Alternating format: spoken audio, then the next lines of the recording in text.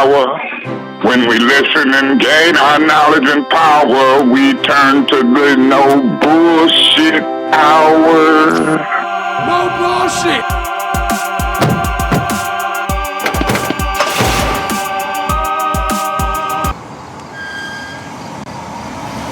No bullshit.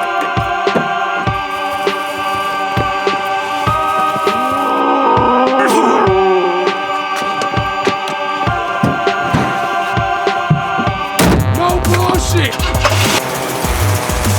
Oh my, let's just did breaking news.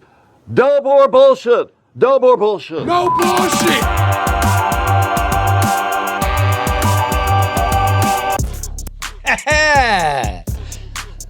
Can you hear me, Philippines? Can you hear me, Manila? You can't, bitches. You can't. We got the Facebook page back. Very proud of that. What's up? Not that again. What's the matter with all you all? Like, what happened? No show? Look, I told you before. You can go onto YouTube and look for the program. Every Saturday, it starts going live there. It's on tape. Mm-hmm. Okay, that's where you go. You know, we're trying to get off of Facebook because what do they do, Mark? They censor. They do, big time, yeah. They do, Karen. They fucking censor. So here's what happened. Our Facebook page got hijacked by, I don't know who the foreign national is, but it was in the Philippines. Somebody in the Philippines took control of it. You couldn't find us last week. I promised you I'd go and get it back. We got back. We got it back. There should be an amazing documentary on how we got it back. We got fucking hijacked. We got no one gets an unknown dude, right? In some sweltering fucking East Asian country. The best part is, they did nothing with it for that whole week. They didn't do anything. We're back. I told you, man. I tell you something. We know people. You fuck with us again, I'm gonna get the power grid shut down in Manila. I fucking know people. You know what I mean? I do. You don't fuck with the Jesus, bro. You don't fuck with the Jesus, bro. Nobody fucks with the Jesus. That's right. Jesus? Zeus. No, that'd be a Puerto Rican. This dude, I don't even know what he was in The Big Lebowski. No one does. That's what makes Turturro so great. Yeah. But isn't that something? Listen, here's the thing.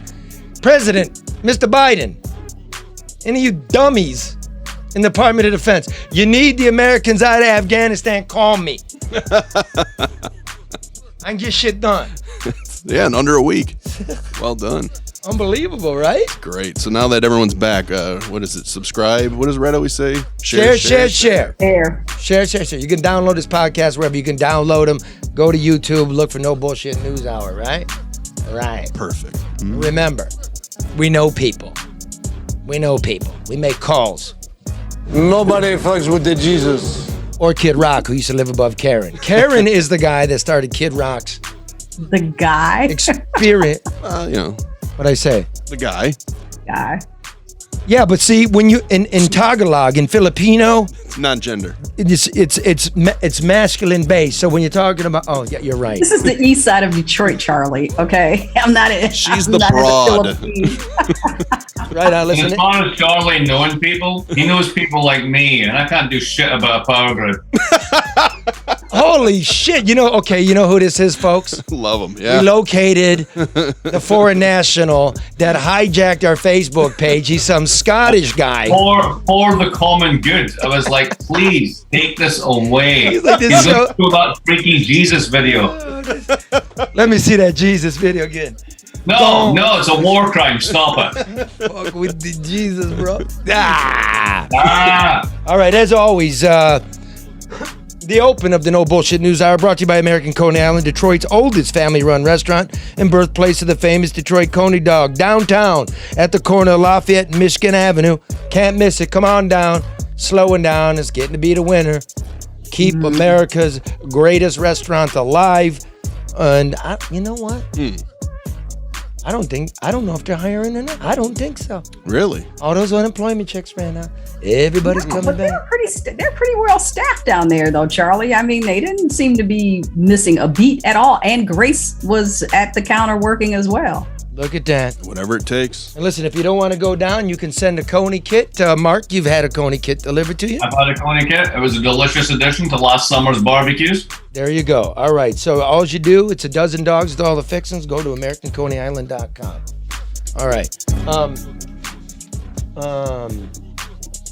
We should just get to it. I was going to talk about former Chief of Police James Craig, kneeling at the feet of Donald Trump this week. We'll get to that later, right? We got to, since we started so late. Money, money, money, money. Money, money, money, money. You only call me when you want money. Right. Let me do this since we're doing money. I skipped Craig. Let's talk about money. Overreaction. Nice. It's not a strategy. Is that correct, Professor? Professor Mark Blythe. You got to give me more. Give me more.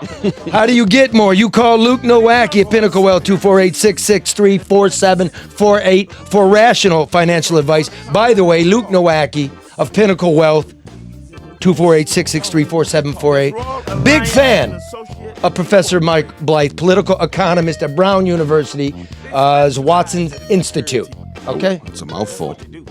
Well, he's an Ivy League professor. He's great. This guy gonna win the Nobel Prize. I've heard his podcast. He's I good. love his accent. Yeah, and he's a regular I guy. can get a word in Edgewood. Charlie never talks. All right, so get a strategy. Call Luke Nowacki, please. And ADR, it's pretty simple. Consultants are the ones you call when you need to get something done right, on time, on budget. Yes, sir. Money, money. It's all about money. Save your money. Get your projects done. Don't go into foreclosure. Don't kowtow to the crap going on at City Hall. You got to know your rights. If you don't know your rights, you call ADR. Construction, deconstruction, demolition, rehab, project management. He'll do it. Right? Ethical, honest, smart, and discreet. Call Barry Ellentuck for a free consultation at 248-318-9424. I swear to you all, in the Michigan area, I don't know a guy that can cut through the red tape and the crap like that guy. There's a reason I keep telling you. I'm telling you, I believe the nuclear winter is upon us. We're going to ask Mark. Mark, look, man, inflation, tapering, potential default, stimulus. What is going on with our money, those of us that have some of it? Well, first of all, it's not your money. It's not. Think about it this way. We just pulled out of Afghanistan, right? How much did it cost to be there for 20 years, the two wars combined? At least $2 trillion. $6.7 trillion. Now, did they raise any taxes for that? No. Right. Did they find it down a couch at the back of the State Department? No. Right. Did they go raid a small pension fund for widows and orphans for it? No. Right. So in other words, they magicked it out of thin air, which is what you can do if you control the US dollar, which is the global currency that everybody uses to bank in, that everybody uses to buy and sell stuff around the world, that every other government needs to actually earn in order to pay their bills for the import from people who aren't even Americans. Once you have this, you have the wonder drug that everybody needs. Every piece of debt that we sell, somebody else is buying voluntarily because they regard that as a savings bond. So let's bring some clarity to this rather than we're all going to die of debt. We had that 10 years ago, last time there's a big crisis, and everybody who got tight on the money and cut it all back just ended up sucking things more and more. Okay, so a savings bond. When inflation's going up like this, nobody wants a savings bond. They're not paying you enough interest to lock your money up for the long term. Hasn't happened yet. There's never been a bond sale where the U.S. government has failed or even come close to failure. Okay, let me ask you this one. Okay, now remember, the listeners here are very, very sophisticated and smart, but they're not, economics experts. So let's do this. How we've been funding almost everything, the government debt, our own debt, is Treasury wants to issue bonds, IOUs. I'll pay a little bit each year, pay you off, right? And you'll make a little money. But ultimately what's happening is the markets are buying it and the feds are buying it from them. So where, right? So where does the We're Feds buying get? it from ourselves. That's absolutely right. Along with a bunch of Europeans. Okay. A bunch of Europeans keep buying it as well. So- Until recently, the Chinese were buying tons of it, but then they got a little bit fed up. But they'll probably come back because they don't really have anything else to bank into. So there's a question of what do you do if you're earning all this money abroad, if you're a foreign country, and you earn all these dollars? Well, the easiest thing to do is to turn it into an American dollar savings bond. You hold that for 10 years, you get paid 2% if you're lucky, and 10 years later they hand you back what? More dollars. It's pretty simple. They're just two different types of dollars. One of them's called a debt instrument, the other one's called cash. You don't want to hold cash? I'll give you a debt instrument. Great, you own a bond now. After 10 years, you hand me it back. What do I give you? I give you cash. That's how it works. It's that simple. So let me So go. if that's that simple, what's the risk to the US? The only risk is if the rest of the world goes, I don't want either of your funny money anymore because I don't trust you and I think you're all lunatics. Now, that may be true. They may not be trustworthy. They may all be lunatics. So here's your problem. What else are you going to buy? You're going to buy Swiss francs? There ain't enough. You're going to buy gold? Well, good luck with that. You'll push the price through the roof. And eventually, if you want to buy a loaf of bread, you have to turn it back into money. What's the most acceptable money? The dollar. So it ain't going anywhere. Well, let we me can use this privilege as much as we want. I know that. But watch. The Fed buys the Treasury. The government buys the Treasury, its own debt. Where does the Fed get the money? It invents it. Yeah, that's what we always do. That's what we've been doing for 200 years. There's nothing unusual about that. Except this. And this is why I was thinking of you all week long. The Fed. You're doing something. The Fed has now said, we're going to it's called tapering. We're going to dial back what we're going to actually buy from the Treasury. Meaning, if you're going to go to a regular person, a bank or an investor, you're going to have to give me more than 2% because you've been keeping it artificially low. Yeah, okay. Absolutely. And as well they should do, because ultimately we've got COVID more or less under control, particularly if you actually want to have it under control. The rest of the world is moving on with this sort of stuff. Within 12 months, it will be a distant memory. We've got all these real problems that we've disrupted. We've got people who have got no jobs. Then you got jobs that have got no people. You got supply chains where you got people making stuff that's trying to come into a country, but there's no shipping containers to take it back out. Yeah, we've got a lot of things we've screwed up over the past years. And now that things are normalizing, right, so to speak, the Fed's going to go, you know what, I'm going to buy less of this stuff. I'll leave it to the market to do it. And if the market wants a higher interest rate for doing that, then that's what we'll have to pay for it. If it gets too high, guess what will happen? Recession. The Fed will start buying it again. That's true. That's true. See, there you go. That's smart. That's simple. But here's what's interesting to me, brother. The government's going to stop buying its own debt, which to me... But not going to stop. It's going to taper. It's still going to be buying a shit ton of debt. It's taper. And yet... I mean, it's like me on a Friday night. After the sixth vodka, I taper off. Except our government's so drunk on borrowing that we now got $1 trillion infrastructure package, a $3.5 trillion human stimulus package, not to mention the budget that never balances either. So now you want to super borrow and you're not even borrowing your own money. What does this mean? Oh, no. You were right up to the last point, Charlie. You're borrowing your own money. Go back to Afghanistan. If I had told you, hey, I got a great plan. The economy at this time, 20 years ago, is only worth $10 trillion. How about we spend 67% of national income on a war that achieves nothing, right? And guess what? There'll be no inflation effects. It won't actually disturb anything. It'll just be a colossal waste of time and human resources. What do you think? You would have went, you're mental. 67% of debt, you'll destroy the economy. Look at all that debt. That's absolutely crazy. What happened? Nothing. So, Mark, bring this home for the average person listening in terms of that's a 30,000-foot perspective about the economy and its impact overall. But to the person that's, whether they're between jobs, collecting, what does that mean to them? Here's the simplest way to think about it, Con. Look, you have what economists call a budget constraint. In other words, the money that you've earned, your source of income, any assets you've got to give you an income, like a rental property you got, right? You got a limit. And if you spend beyond that limit, you get a deficit. People will lend you some money for that deficit, but eventually they'll notice your deficit's huge and they'll want more and more money, and eventually you go bankrupt. That's absolutely true for everybody who's not a country. Because when you're a country, you can get around that. Number one, I print the money. You don't print. There's no car in dollars. Personally, I would accept car in dollars at a discount. There's no way I would ever take LeDuff dollars. I mean, it's written into the name, right? So there's no way you can play that game. Another one, right? What do countries do? They make promises with these savings bonds. What they're saying is, I've been around for 300 years as a country. I'm probably going to be around for another 30. I'll give you a piece of paper for 30 years and I promise I'll give you all your money back. That's a more credible promise than buying any corporate debt because most corporations are dead over 30 years. So the constraints that are on you, you don't have a printing press, nobody's accept your money. We can bring people into the family and tax them over generations, make these promises to pay. All of that stuff means that the constraints on a government are completely different. Now, is it limitless? No, but it's pretty much limitless for the United States because we have the dollar. It's 70% of everything that's traded in the world. There are more dollars borrowed and lent outside the United States than inside the United States. It's impossible for big countries to switch out of dollars because there's nothing else to buy.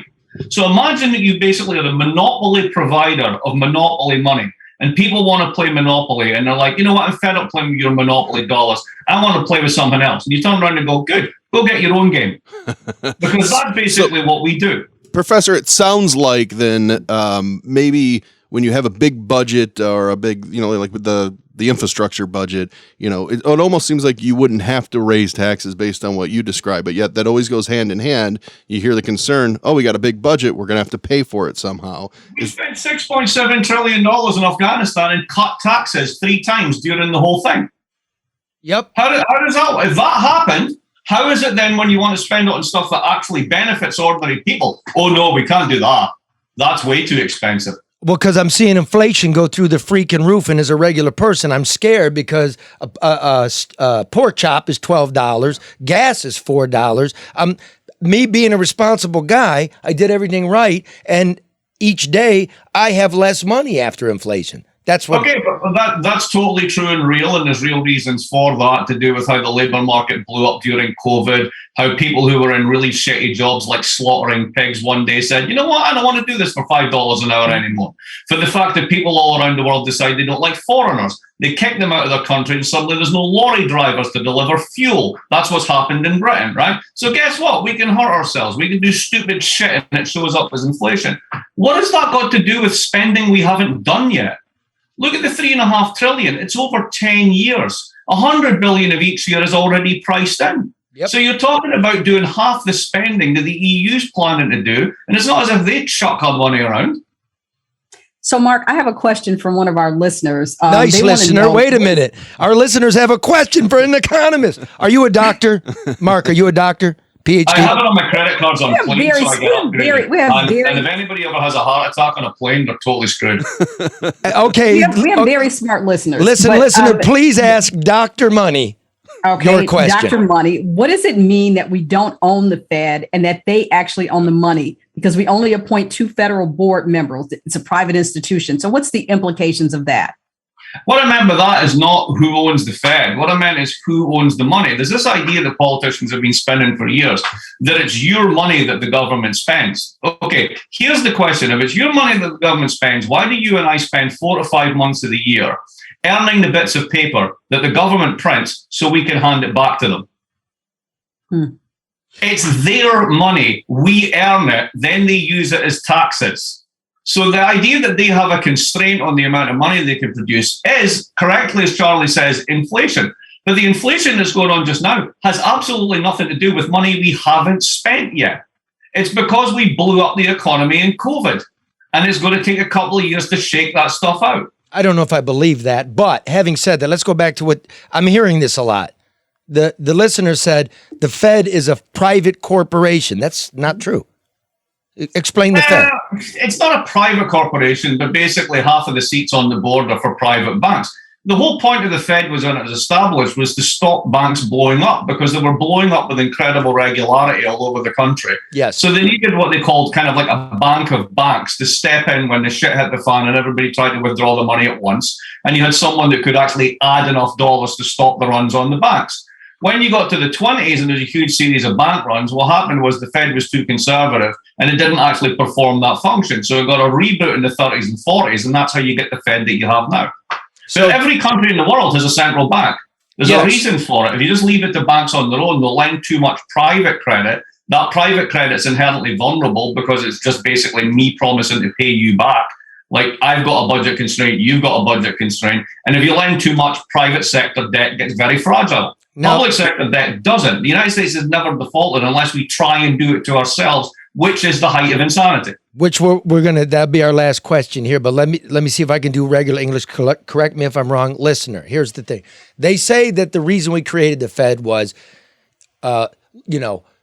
employment and low interest rates, or low inflation. That's what we want. That comes in the 40s. The Fed's created 30 years before that. The reason the Fed was created, remember, let's take COVID. You start getting spooked. There's no toilet paper. Inflation's going up. You go to the bank and you're like, I want all my money back. I don't trust the bank is going to have my money if I want to take it all out. That's what happened in the Great Depression.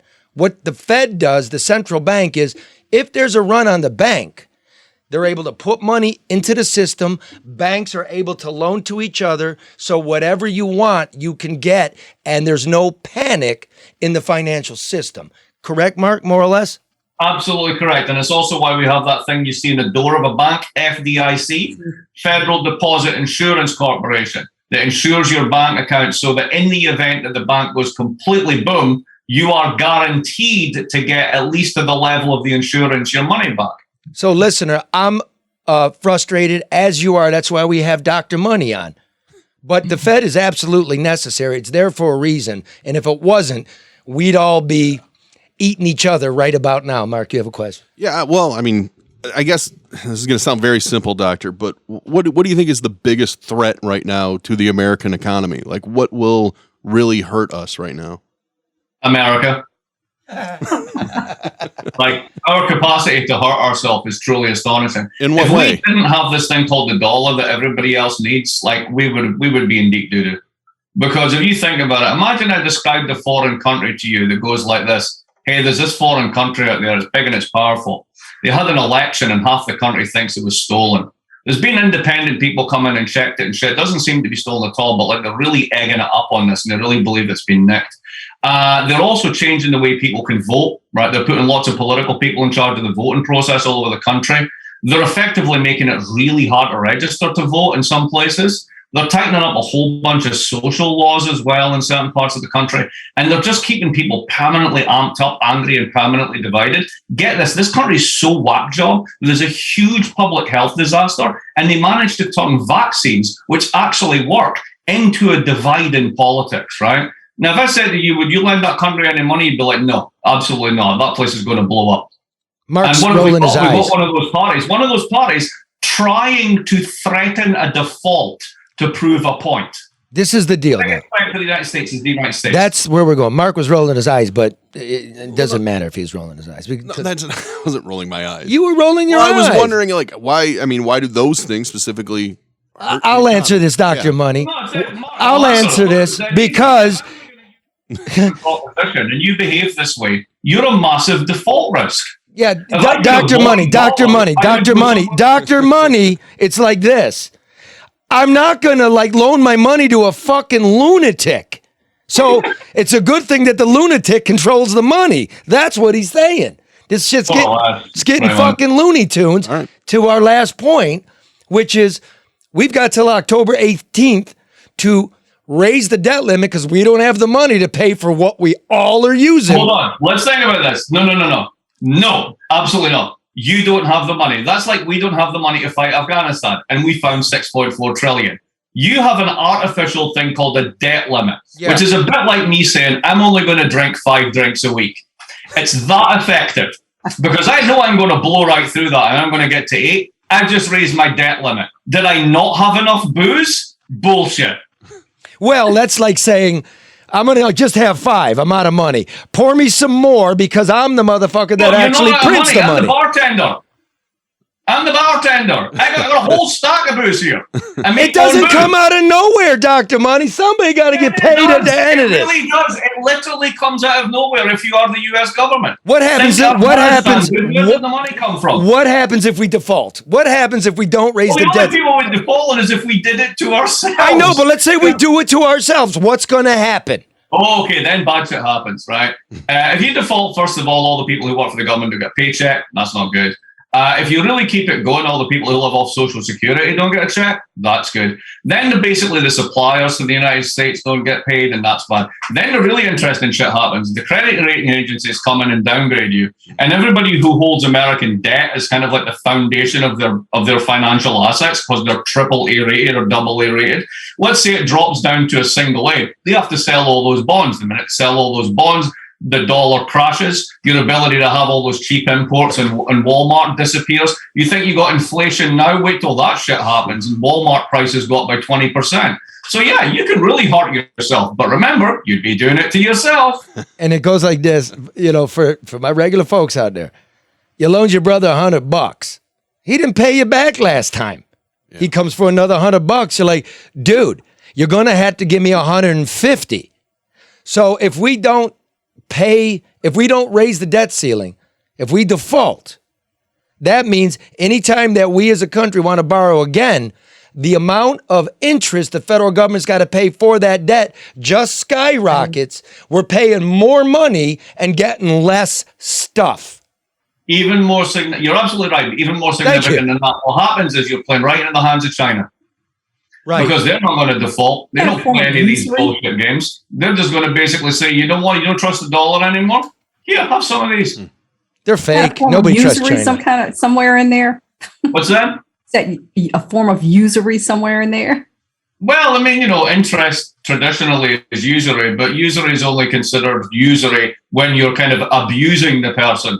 This wouldn't be abuse, it would be self-inflicted abuse. I was going to say, we feel abused. Okay, so Mark, listen, thanks. Last question here. What does this do? What are the implications for, say, Medicare? Well, you'd have to not just default for a couple of weeks to hurt Medicare. I mean, to really gum things up, you would need to basically default, refuse to negotiate with your creditors, completely stop paying, and essentially destroy the world economy. At which point Medicare would be in flames, but so would everything else. So there's no immediate threat to Medicare, but basically government payments will be held up for as long as the shutdown happens. It's not clear to me that they'll go that way. But again, let me go back to that thing where I told you the story about the foreign government, where they've got they're completely divided politics. I don't even think that the Republicans, if they do this, will pay an electoral price this time because they've got people so amped up. What they're going to do is they're going to play this card and say, we had to default because the spending was out of control. And people will go, oh yeah, okay, even though that makes about as much sense as shooting yourself in the head with an arrow. So they'll probably get away with it if they want to. What about mortgage rates? Well, I mean, Charlie, you can pick any indicator you want. Defaulting is bad. It might have an effect on these things, but the real effect is on confidence in the currency. That's what you really need to worry about over the long run. And that's that. I know you got to go. If you want to hang. If you don't. What are you going to do? Tell us right now, Dr. Money. Oh, me? Yeah. Oh, I got to go do shit. I got a job to do. unlike you, my friend, I got a job to do. That's okay. I got into Bitcoin early, bro. I know you did, absolutely. And I didn't, and that's why I hate you. I'm not getting into Bitcoin. All right, man. I love you. Thank you really so much for your time, man. It's always a pleasure. Talk to you soon. All the best to everyone. Thank you. Bye. Bye-bye. Yeah, he's the best. Yeah, he is, man. I know, he is. Simple. People have concerns, Charlie, whether it's Social Security, whether it's Medicare, whether it's mortgage rates, all of those things, because those are the immediate brick walls that we face or encounter. That's exactly right, Karen. And that's why I want to tell you, that the government makes all sorts of rules and regulations. It seems like there's hundreds of rules just when you're supposed to sign up. Yeah. Right. You get it wrong, you could be dealing with late enrollment penalties for life. You need help. Then you have to worry about what's covered, what's not, whether you can afford your prescriptions or even see the doctors you want to see because they're going to get paid. Of course, the government doesn't make it easy, right? No. You heard Dr. Money. Not at all. That's where MetaGuide comes in. How'd you like that? It was very smooth. The licensed agents at MetaGuide do nothing but Medicare all day long. You call, they answer. You ask, they answer your question. They're local to Southeast Michigan, so you can meet them face-to-face if you want, right? If you're vaxxed and got your booster, whatever you feel. They make sure you understand your options and pick the one that's best for you. And best of all, the services come at no cost to you. Hear that? No cost. You pay nada. So when you're turning 65 or get ready to retire, call MediGuide at 888-970-2940 or go to yourmedicareguide.com for an appointment, right? And of course, what about those mortgage rates? They've never been lower. Call somebody, man. I mean, you don't even have to be ready to sell or to buy or to refi. Get organized. See, we can't do it all for you on this program. Hello, Manila. I don't know. I don't know what you're doing over there, but over here we call them Hall Financial, right? Who close the majority of their loans in 8 business days or fewer. Still a great time to refi and to buy, right? They don't require an appraisal. Save up to $750 right there. Get pre-approved the same day. Did you know that? I did not. You didn't know that? That's insane. That's and you great. can, and you get that with Hall Financial's unique process and advanced technology. Really? Advanced technology, Karen. Where do I find all this? Karen, advanced technology at Hall Financial. I'm listening. They got it over there at Hall Financial, right? Yeah, like you're going to get the 5-star treatment there. That's why they got 5-star reviews. Call 248-308-5000. Tell them we sent you, or go to David Hall Financial. Mortgage. Fuck, it's not on. Let me write it down, Dave. I'm sorry. I just used the phone. DavidHallMortgage.com. David, here. David Hall. HALL Mort. MOR. Yeah, MG. Finish spelling it, Mark. Yes, finish it. Come on, man. What? How do you spell mortgage? MORTGAGE. Very good. .com. I'm a terrible speller. That's spelled mortgage. Mortgage. Mortgage. David Hall Mortgage.com. All right, get it done. I'm all messy over here. There's so much going on. All right. That's how I learned how to spell pigeon in school. Piggy-on. Pigeon? Piggy-on. That's when when you said mortgage. Anyway, don't worry about it. I do this one. Desperate separate. I hope I never have to spell pigeon ever for the rest of my life. God, I always got it right. I don't know why I would need to, but I'm just so worried about it. I know how to spell it. BIRD.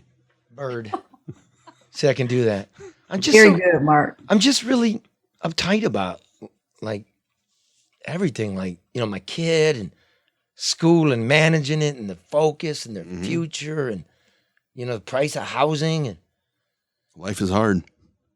And crime. But who put us on this schedule that, you go to school, you go to college, you get married, you have a family, you retire at 65, you work 9 to 5. Like, whose idea was this? You forgot the last part. Death. Jesus. I mean, everything's so calculated, so formalized. Like, what if I don't want to retire at 65? What if I don't want to, what if I don't want to? Then what? Well, according to Dr. Money, we just print shit and we can all eat forever. All right. But now they want to, I don't know, man. Like, I don't know. You got a few bucks in the bank like they told you. And if you just leave it in the bank, do you know you lose money now? So what should and that's what I should have asked. Like, what should we be doing with it? Do you hold it and, put it under a rock somewhere? Do you buy something? I understand precious metals at one point were supposed to be a good investment, but what do you do with it? Call Luke. Call Luke Nowak. Luke. You guys. I mean, I don't know. Go Rookie ahead. dance. You call Luke Financial Specialist, Pinnacle Wealth at 248.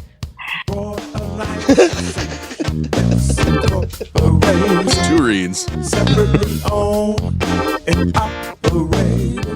Did you know he's separately owned and operated? Huh? Yeah. What? I don't know, Who? Karen, but I don't want to give that out.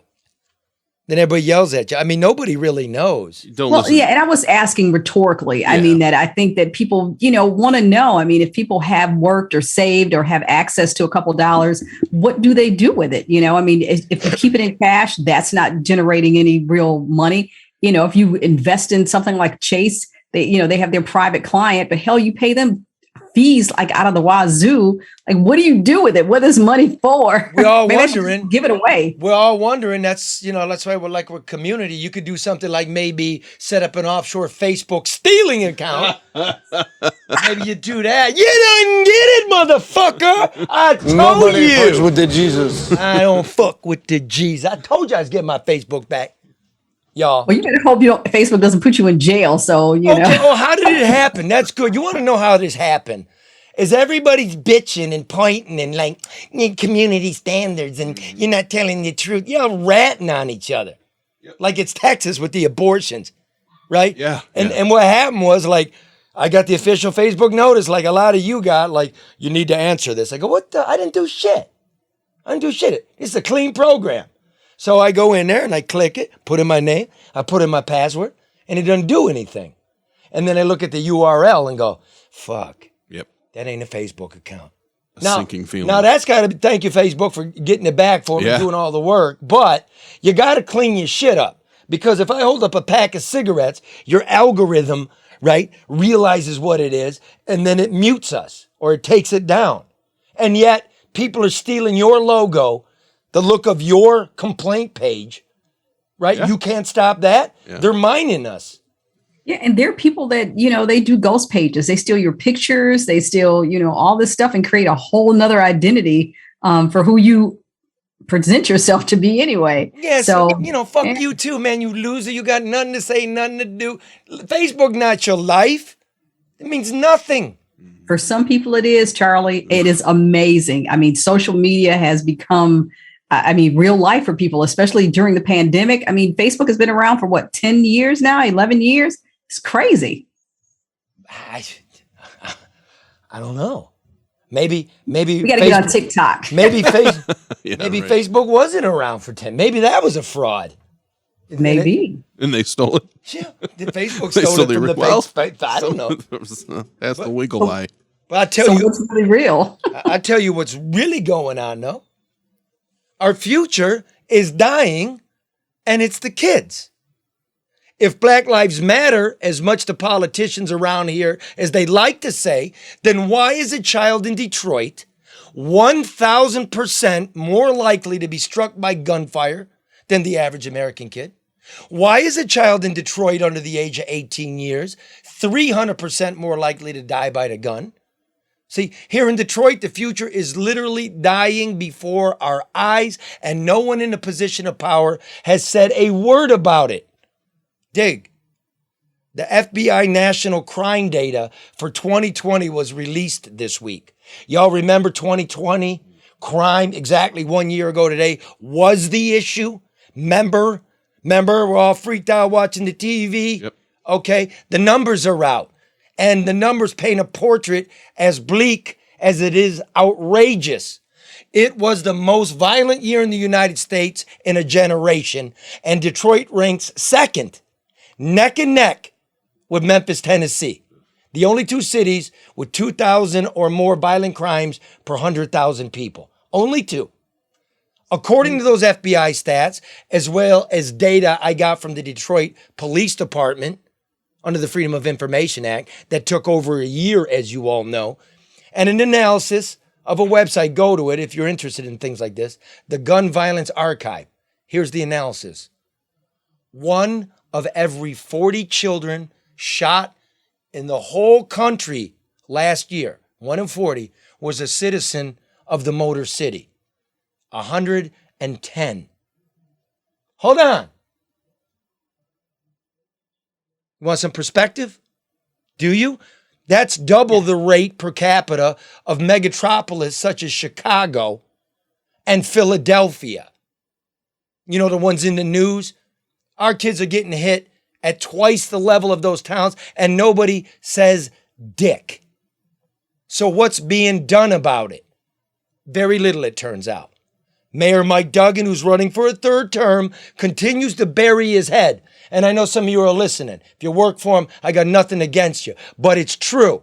He refuses to debate his opponent, Anthony Adams, because Duggan seems to know what we all know. If nobody brings up the issue of crime and quality of life for our children, and certainly they're all of our children, right? The press corps is certainly not going to do it around here. We got a 6-hour news cycle on this, the most important issue last year, and nothing. So, Mr. Mayor, how's that skyscraper coming along?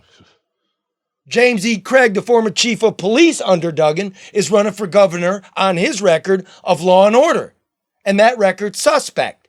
And yet, the press peppers him with questions about abortion rather than the health and well-being of the children living on the streets of Detroit. Mr. Chief, do you think you're going to get that Trump endorsement, sir? And Governor Whitmer? Well, she's sitting on a mountain of money. $10 billion left over that was sent by President Joe Biden, who has implored governors like Whitmer to spend the COVID windfall on public safety because of the runaway crime. But what does Whitmer do? She takes a famous knee and then punts the issue. How's the electric highway coming along, madam? Meanwhile, the city's children are shot in their car seats. They're shot at Little League games. They're shot riding their bicycles on Sunday afternoon. Surely you care. The ruling class wants to blame COVID, cabin fever, and the George Floyd anti-police backlash for the explosion in gun violence. But that's a cop-out. Now dig. Doing the work. Police data shows that the number of children shot in Detroit was skyrocketing before the pandemic. In the 6 months before the COVID lockdown in Michigan, the shootings of children in Detroit had increased by a whopping 50%. What's more, during the 2-month span from March 23rd to May 25th, that's when Governor Whitmer ordered people to stay at home, and the day George Floyd was murdered at the hands of police, right? The shootings of children in Detroit increased 375% from the same period in 2019. Let that sink in. It was neither cabin fever nor anger with the police, at least not in Detroit, our home, our capital city, where all of our dollars go. It was the lack of police presence itself. When the police aren't around, people commit violence. And you remember, hundreds of officers were self-quarantining in that spring spike. It's called the lack of deterrence. 375% increase in the shooting of children 17 to 1 month old. Defunding the police is not the answer. I stand by that. Yes, the government needs to spend money on many other things, but not skyscrapers, not hockey arenas, not hotels. Many other things, which include the police. Funding the police is the answer. Good cop, it's part of the answer. Good cops cost money. Think about it. And as it stands, Detroit is struggling to keep its good cops because the city does not pay them adequately. That's a fact. And we shouldn't be surprised. Detroit has been America's most violent city 5 times since its historic bankruptcy in 2013, and runner-up 3 times more. The common thread? That was all being managed by Duggan and Craig. Violence. That's why Detroit continues to empty out, Mr. Mayor. People love their children. There's no greater reason. So I'll say it again. Black lives matter. And black children's lives matter most. And that includes 2-year-old Bryson Christian, who was murdered by gunfire on the highway this summer in a case of mistaken identity. So, do more, Mr. Mayor. Do more, Mr. Chief. Do more, Madam Governor. And while you're at it, say his name.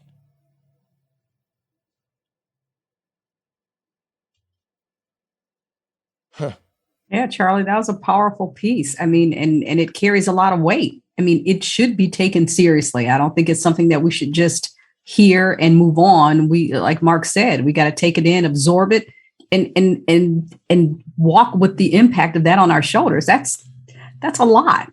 I mean, the cops not being paid. We've been having that conversation for 99 years. Gun violence, taking, kids' lives throughout the city. That's been happening for long. And at one point, you used to hear at least a community outcry. You have balloon releases after this happens, and then you don't hear anything else. It's been normalized, and that's unfortunate. Well, that's true, Karen and Mark. But I also notice that it's been normalized in the sense now we don't even talk about it. The media won't even talk about it, and you all know it. Yeah. The biggest newspaper in Michigan doesn't even have anybody's full-time City Hall covering the police. Yeah. That children do matter. And no, I don't need to come home. I don't even know who does anymore. Turns on the local news, and I'm just treated to an onslaught of violence. What I would rather have you do is tell me why we can't stop it. I want you to get involved. All you do is show up at the mother of a baby victim, get the tears, pump it out there, scare people about violence of the black city, right? Cause further division. There's so much beauty going on, and the real future is the babies, and you're doing nothing that you wouldn't even admit how fucking bad this place is being run. There's no plan. The police picking up 500 guns a month. Mm-hmm. It's not like they're not working, but why so many guns? There's plenty because everybody's got one now. There's plenty of analysis as to why it is so bad right now. But as you point out, why not start by getting more police and paying them so you have better police? Why is that such a hard starting spot? That is something, Mark, that should have been done years ago. However, that is not the core contributor to crimes, but it is a major deterrent. And I do think that, we have to have that. But people that are sitting around and organizations and talking about what to do about people that commit or are victims of crimes know nothing about it. Most of them don't live here. They are afraid of the people that appear on the news as either the victims or the perpetrators. I mean, you've got to figure out, these are social, economic, deep-rooted contributing factors that people don't want to go into the neighborhoods and find out who are the people being impacted most by this issue. So they're making a decision from behind a desk at 30,000 feet above. And so nothing ever happens. Or not that either. I hear you, Black Lives Matter as well. I hear you. There ain't shit. There ain't shit. I get that. But these things, like you said, that's 100 years old, Karen. What do? How do we lift boats? We had Mark on. There's a structure to this program about are we going to do social spending or not? You heard what Mark said. Maybe it's good with the wage inequality. But from the jump, right now, what can we do right now? I can't write a law and make a dude love his baby. I can't write a law and make a dude get off his ass, go to work. Right? Mm-hmm. But I can have some police presence at a Little League football game so 3 punks don't come up and light it up. I mean, it's easy. I'm not arguing the inequities in this country. Everybody's frustrated because of it. But that's not the answer. When you hear people in the neighborhood say that that's what they want, I don't know why it's so hard to provide it. And, again, who speaks for the neighborhood? Nobody's listening to the neighborhood. Nobody lives in the neighborhood. I heard they were talking about the reason why Duggan wasn't going to debate Anthony Adams was because he was being divisive, that he had moved to Troy and then came back. Well, did people forget that Mike Duggan never lived here? I mean, where are our memories on this? So that to me wasn't a very good argument. And so people aren't here. They're not from here. They don't know the people here. They're afraid to speak to the people here. There's a severe disconnect. Well, and I know this. I know the creeps in this town. I know how the shit works, and I've been telling, and it's all coming true. You see the raids on City Hall. You see the graft and the giveaway. You see Andre Spivey, city councilman, pleading guilty to take envelopes, and this is for everybody who goes to a ball game. This is for everybody that goes to the Opera House. This is everybody goes downtown and get a Coney dog at American Coney Island at Lafayette, Michigan Avenue. Very delicious. You get your car towed, man. It costs too much. The representatives are taking your well-being and stuffing their fat face for the price of a cheap suit. It's incredible. So, y'all remember our good buddy, one of the best social comedians in America, Detroit Red, Love him. is on Andre Spivey because that's his city councilman. So, I was going to go down there and cover it, but I think we just keep letting Red develop. He's filed a report. I haven't seen it, and I'm on pins and needles too. pretty excited. It's gonna be good. And fuck it, let's roll.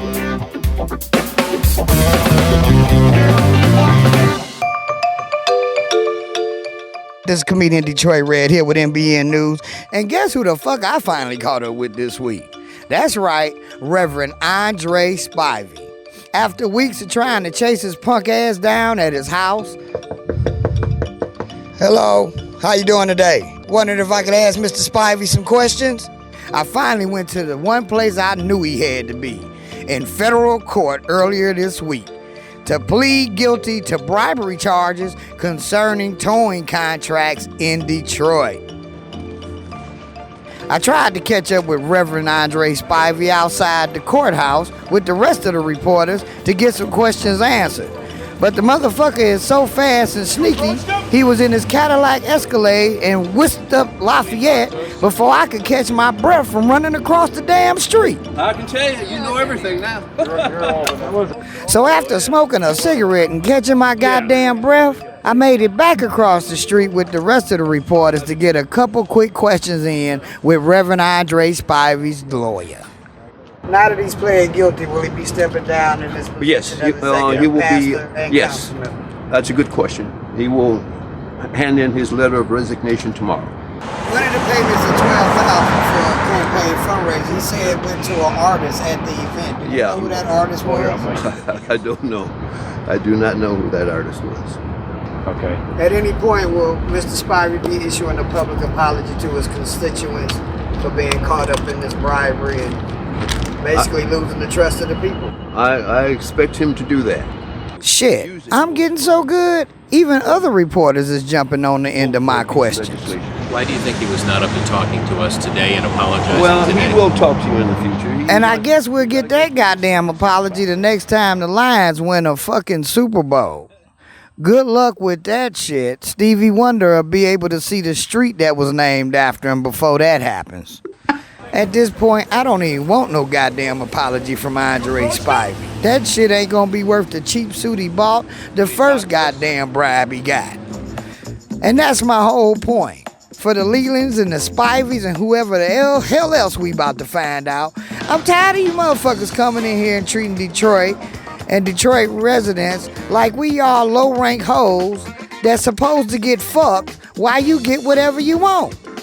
That's exactly what happens when a motherfucker accept bribes and vote and do shit to help influence anything that affects the residents of the fucking city. Oh, I want a box of crab legs. Whatever the vote is, Detroit get fucked. Oh, I need the rims and drinks and dinners. Oh, whatever the vote is, Detroit get fucked. Oh, I need entertainment for my birthday party. That's supposed to be a fundraiser. Detroit get fucked. Well, Detroit is tired of getting fucked. And we tired of suffering. With increased crime, our children being more likely to get killed than damn near anywhere else in the country, a lack of a sufficient police force, a lack of resources to prosecute crime. We don't need the people that we voting for and putting in position to look out for us telling us to get fucked so they can get what they want. To that I say, a big fuck you. This is your boy, comedian Detroit Red, reporter for NBN News, as well as a resident of District 4 and the city of Detroit. We'll get to the bottom of it one way or another. Deuces. It's pretty good. Great. Yeah. Except I know you're listening, Red, so share. Here, a couple of things. I like your rant at the end. But he pled guilty. How many fucking years is he facing? 3 to 5, I believe. 3. Thank you, Karen. And when will he be sentenced? In January. Thank you, Karen. Red, you see that? Like, call Karen. Not me. All right. Well, but you know The what, though, X's and Charlie? O's. Everybody else has brought that up. Red brought a different perspective that nobody has shared. So, I mean, it's good. And I mean, that's pretty it's been repeated throughout. So, Well, we got to have that too. Got to have it too. But Reds is better. Yeah. Fuck you, man. Cheap suit motherfucker. And, hey, Red, good job, man. Share. Comedian Detroit Red. Where's his shit? Real quick, man. Where is that thing? He having a comedy show. We'll post it. All right. He's having a comedy show in October on Sweetest Day. We'll take care of that. But we're tandem here. Sweetest Day? Yes. What'd I say? I said, what is Sweetest Day? What is that? What day is that? It's another day I get in trouble for sitting on my ass and not being a good enough husband. I got this. I had to threaten to sue the city, like I told y'all. Yeah. Here's the search and seizure warrant for the City Hall raid. Also, the attachments and the receipts of what they received. What were they looking for? Would they take? You all will know that Spivey was caught on wire taking bribes, dumbass, from an undercover FBI agent and a guy working for the FBI. This, according to Deadline Detroit, my home sweet home. During a meeting at a Grosse Pointe diner, Spivey wrote on a text on his cell and showed it to the informant who was sitting next to the undercover FBI guy. He's writing in code, whispering, asking if he could trust the business associate who was actually the undercover agent. Wow. So that tells you right there he meant to do it. It wasn't in the ooh. Yeah, it wasn't an accident. Now, here's what they took when they were basically looking for Councilman Benson and Councilwoman Janae Ayers. Here's a receipt of what they took. They took towing documents, financial documents, copies of deposited checks, towing documents and checks, thumb drives, a computer hard drive, shredded documents, and an envelope from Troy's Towing on the east side. An envelope. A single envelope? A single envelope. Was it empty? I'm assuming it was, Karen, because they're pulling bank records. Where'd this money go, etc. Yeah. So I'm going to post all that, too. This kind of lets you know where they're going. And then the envelope, huh? Rob Snell reported today in the Detroit News. If you're listening to the show, I've already been doing it. I called him up today. I go, I got you on that one because he's a killer. It's great. Here's what we know from the wiretap. Remember when I did that shit behind the desk with all the cement on it and stuff? Mm-hmm. Who's mentioned on the Briber King Gasper Fiore's wiretaps? Former Chief of Police James Craig. Current Chief of Police James E. White. Mayor Duggins mentioned on there. I know. Guilt by association doesn't mean it's guilt, right? Yeah. But the chief of police now is trying to explain what he's doing at a collision joint, right?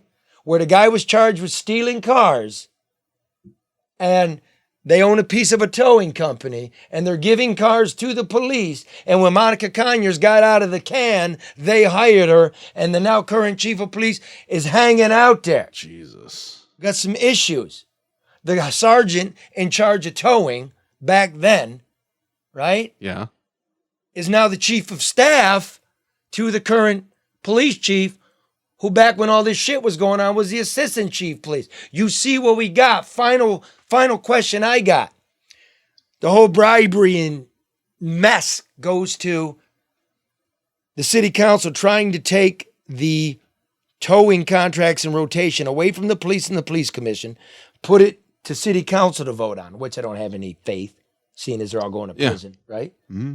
And it gets bottled up for 2 years. They're fighting. So, right? The deputy chief of police goes to prison for taking bribes in this shit.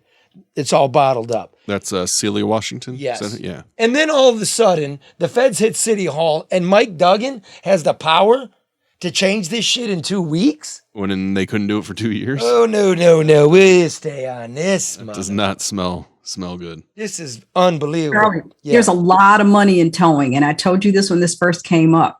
I said, this feels like a wag the dog kind of situation. Let's bring something to light. Let me fix it and put it where I want it to be. Almost like the land bank, almost like these other things, so that there is control over it and control over the money and who gets the business. People have to watch the details very carefully. Trust me on this, Karen. That's right. Hey, folks out there, towing's lucrative. I've never met so many dumb millionaires in my life.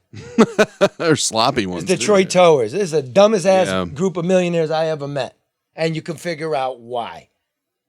You can figure out why. It's in front of your face. I've been telling you. Here's the next hustle. Y'all heard about the book Cadillac Hotel? Yeah. Downtown? Yep. The big motherfucker? That's broke. Yeah, being sold, right? Yeah, they put $200 million into it like in, 2008. Looked great. It's appraised for $80 million now. So that's a loser. Kind of been telling you, don't put your investment in speculative shit downtown. All right, so he owes $77 million, the owner of this hotel, in a very complex scheme. He found a guy to buy it, right, for $77 million. Yeah. Okay, great. Somebody out of Chicago. The guy out of Cleveland who owns a hotel in Detroit found a guy in Chicago to buy it, right? Sure. Meanwhile, the investment bank that actually loaned him the money, right, is on the hook. So here's the deal. The guy that owns it wants to sell it to the guy from Chicago for $77 million, but they want $30 million from us in property tax abatements. Oh, we don't got to pay no property tax for 10 years. It's $30 million in the brokest city in America. $30 million. Well, they probably asked for it because they'll probably get it. Boom. So I'm here to tell you, the business writers in this town, they sell you out, man. They ain't going for it. They report on the paper. Here's the play. The guy that loaned the money to the dude from Cleveland, right? Mm-hmm. The hedge fund dude. You're on the hook, right? What you would do in a capitalistic society is he defaults, you own it, bitch. It's your hotel now. You're going to hire a management firm to run the hotel. We're not going to board it up because you need to find a buyer. And the buyer, if I'm doing the math correctly, is going to pay you $47 million. Make sense so far? Yeah. Karen? Yes, it does. Okay. Yeah, it does. Make perfect sense. At the same time, Wayne County and Detroit get paid their property tax. Mm-hmm. We're made whole. We're made whole. But yet somehow we're being sold that, hi, Mom. Hey, Mom, they want you to pay for it, Mom. You know what I mean? They got a budget. You notice everything goes up? You notice how your water bill goes up, your taxes go up, your property tax? They want you to do it, Ma. And you know my ma. My ma encourages me every week to look at this shit. For her girlfriends and her grandchildren. Fuck that. Fuck that hedge fund. You pay for it. Bad deal. Everybody start bombarding City Hall. Yeah, tell them to say no. No fucking way. How many envelopes are going around for this deal? Yeah. It's called capitalism. But what we got in America is crony corporate socialism where the government picks the winners. No, man. Yeah. That's your hotel. That's it. And that hotel was never profitable, business writer. You got to know this. Oh, you mean it just wasn't COVID? No, it wasn't COVID. What? I thought everything was because of COVID. They weren't paying the city back. Yeah. You know, and first of all, they got a lot of tax breaks, and the city gave them a piece of their federal money that you stiffed them on. Had to go to court, settle pennies on the dollar. You didn't pay the pension funds in Detroit that also invested in it. Everything went to it was never right. Always get screwed. It's a lovely building. I talked to a big real estate dealer in the area about this. I need to get expert analysis because I don't just come yelling. And he said to me, "What the fuck?" Really? Yeah. The owner of the note calls in the note. I don't got the money. The collateral is the hotel. Let me give you one real quick. I got a friend. He had a home in Pontiac. Bought it for $40,000. He had 10,000 equity in it. Okay. Owes 30 grand on it. 2008 hit. Yep. He's fucked. Right? Couldn't pay it, underwater, loses it. Let's say it was worth 20 grand. You know what I mean? Mm-hmm. It got because underwater, yeah. It got foreclosed. The bank sold it for 20 grand. He owed 30. Imagine if he said to a buyer, "Hey man, I know the value's 20, right?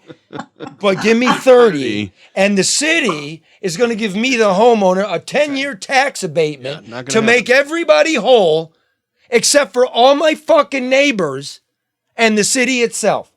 That didn't happen for any of us. So why this asshole? Yeah. No. Wow. Right. But Charlie, people that should have some degree of business acumen, whether it's real estate transactions, if you're a business reporter, these are things just baseline you should either know or do like you did, go find someone to ask, because the average person will just unfortunately believe, when they hear this administration say, hey, in order for us to, we can't have this building sitting here, we're going to have to do A, B, and C to save the image of the city. None of that is correct. But if nobody asks, nobody challenges it, and nobody knows, then everybody just goes along with that narrative. Yeah. Okay. So now you just got me going. Now I'm in flames. Okay. You, the business writer dude that keeps tweeting pictures of the Hudson's Tower, and there's not even a design plan for the tower. It's the little sub building next to it. December 4th is the 4-year anniversary of groundbreaking. You've got the skeletal parts for 2 floors 4 years later. It's a red herring. There's no hotel attached to it. We can't find any financing except for the hundreds of millions of dollars you and I out there gave to the developer with no guarantee that we get it back if he doesn't finish it. They're pushing broccoli around the plate, bro. So you keep doing it, right? I got all the stuff you wrote. I'm watching. You keep doing it. Whatever ends up there is on you. You're the toady for these people. The same as the people that don't look after the children and don't look after the police and don't look after the money and don't look after city council. You're on it. I'm sorry. Fuck it. It's all on now. They're supposed to be I won't be going back to work for no media in this area unless you want me to run it. Because that's who needs to go, not the reporters. The motherfuckers that run this shit. You cowards. It's garbage. Is it, Karen? Charlie, you're absolutely right. But like we've said before, people are more interested in being friends and invited, to the receptions and being in the camera shot than they are holding these folks accountable. And it shows. That sums it up for me. God damn, man. You're sucking off my mom. Kids are dying. Shit's not getting built. And nobody keeps track. They're supposed to be the watchmen. So that's Mark, Mark, Dr. Money, Mark Blight. Mm-hmm. He's from 30,000 feet. But he doesn't see this bullshit.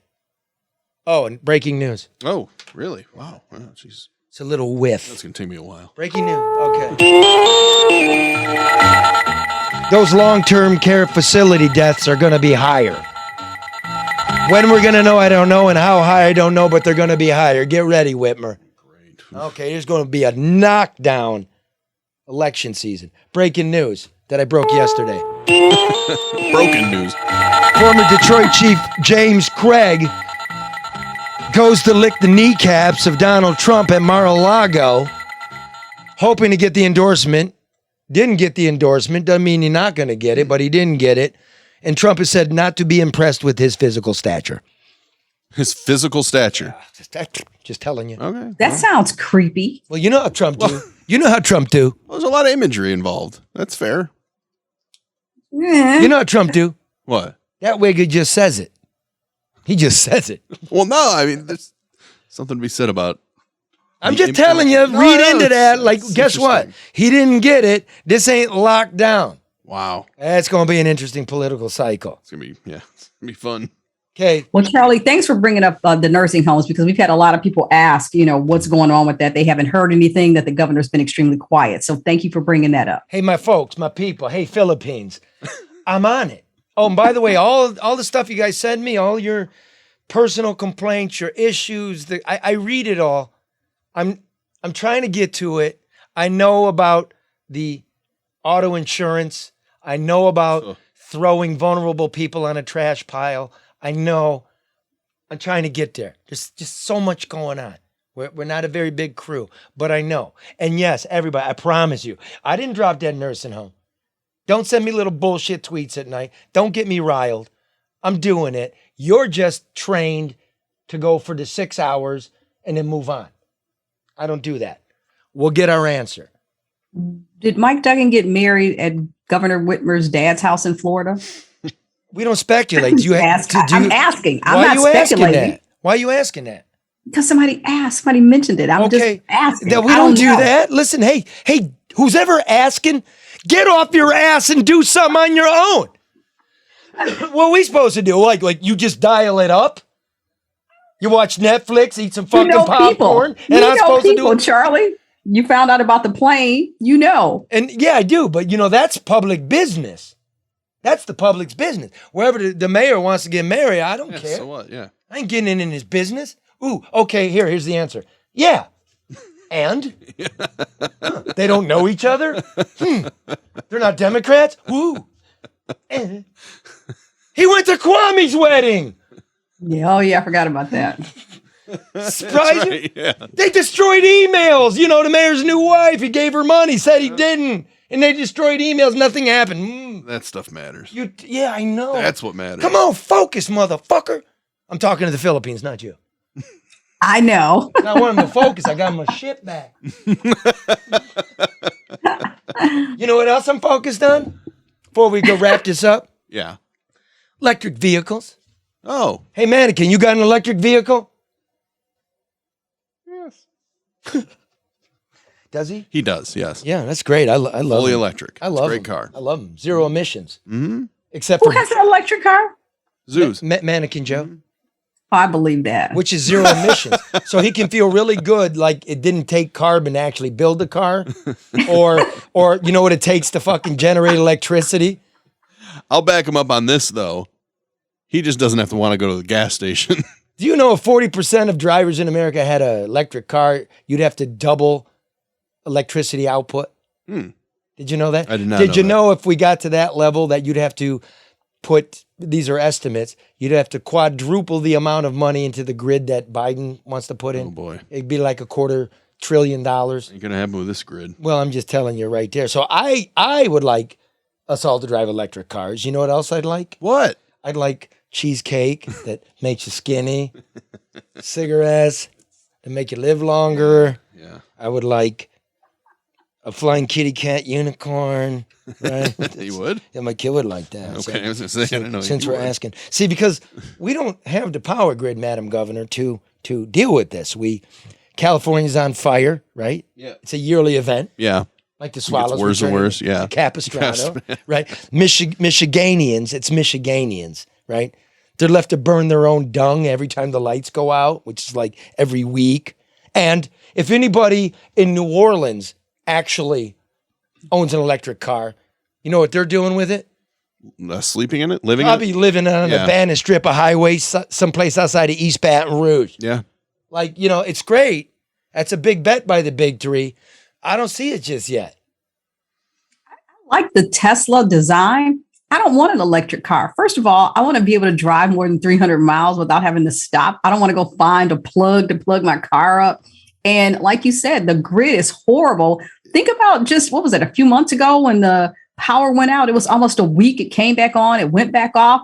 So what are we going to do? Walk? I mean, how does that work? See, that's the thing. The cars are great. The infrastructure's garbage. Right, And that's so- why they have to both go hand in hand. And the cars are still in the process. Well, the battery, yeah. Yeah, it's still in the Fair. process, right? So Try not to get in the weeds. it's like the telephone and it's like the telegraph and the railroad. The American people will put in for the infrastructure and the American highway. But you don't start doing shit until the shit's fucking perfected. Right? I know. You know the telephone works. You know the telegraph works. You know the highway works. You don't just start throwing money at it. The way to fix our bad grid and our bad roads is to make new electric roads. Without batteries that, like, Karen's afraid to fucking drive to Gary in. I would never. Why- I don't. Never what, And go I to love Gary? the design of the Tesla. I think it's a beautiful vehicle. Yeah, well, so was the Studebaker. So I didn't know about that. All right, so let's wrap it up. Listen, folks, thanks for being with us. You can find us on YouTube. Please start moving over there. Subscribe, please, at Charlie LeDuff, No BS News Hour, Charlie Duff, The Americans. You can find it, right? And let me just tell you quickly about my friends at Strong Hearts Native Helpline. If you're hurting in your relationship and you want to talk, they're there to listen. It's free. It's 24/7. It's confidential, anonymous. It's about dating. It's violence. You need a helping hand. Call them at 844-7-NATIVE, 844-7-NATIVE, or by using the chat icon at strongheartshelpline.org.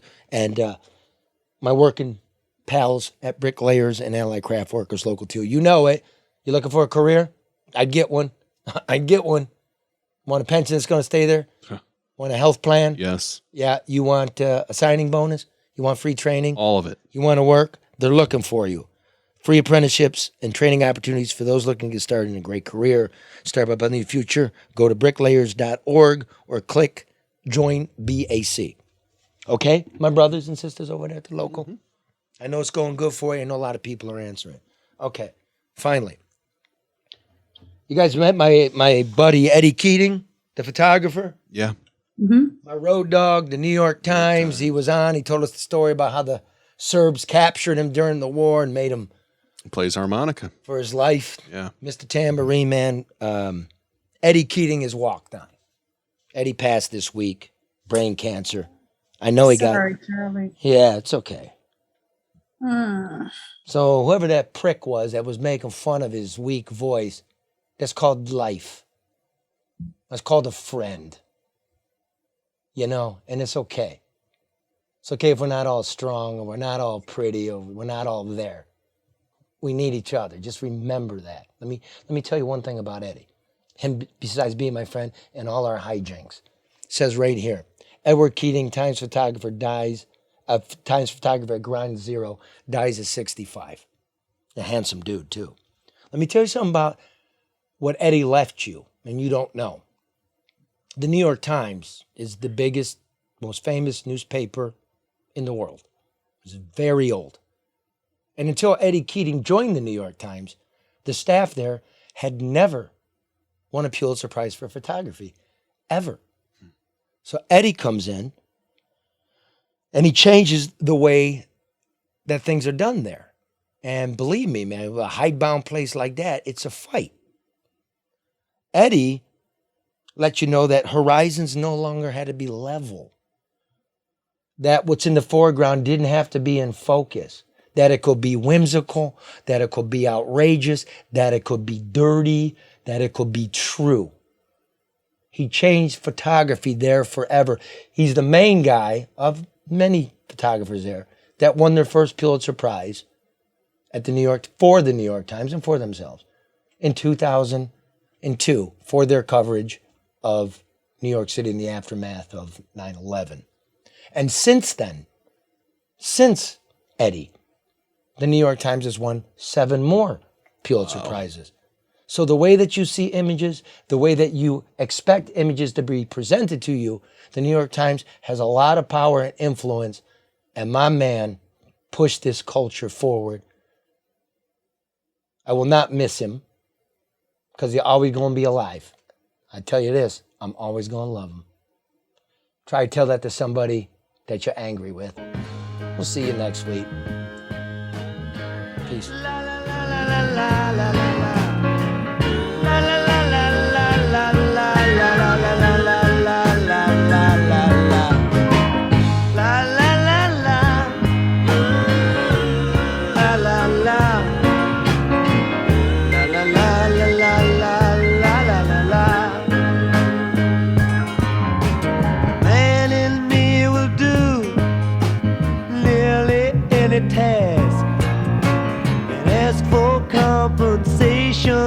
There's a little he would ask.